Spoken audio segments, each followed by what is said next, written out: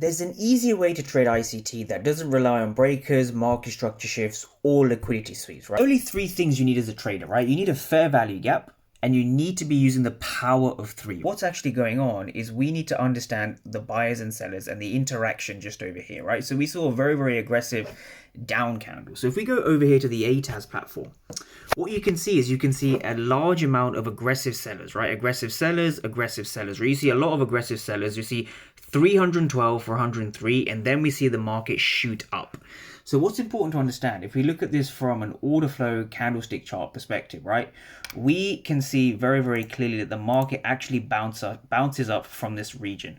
So what you need to understand as a trader is you need to know what is going on inside of where I've circled. So if you look carefully at the price action over here, you can see 154 for 36, 145 for 16 just over here. And we see two zeros, right? 25 for 0, 9 for 0. So this means that aggressive sellers are failing. Aggressive sellers are failing, which means that this fair value gap is strong, right? Confluence is you want to be trading and buying below the 10 a.m. Eastern, right? So your job is just to target the 10 a.m. Eastern, right? That is the most important thing you can do as a trader. And so the way that I formed this trade is that we had a pre-market game plan going into the New York session, right? So the New York session, I planned it out like this. I said to traders, I'm like, okay, we are going to be looking for a 15-minute fair value gap, and we're going to be looking to buy below the 10 a.m. Eastern, right?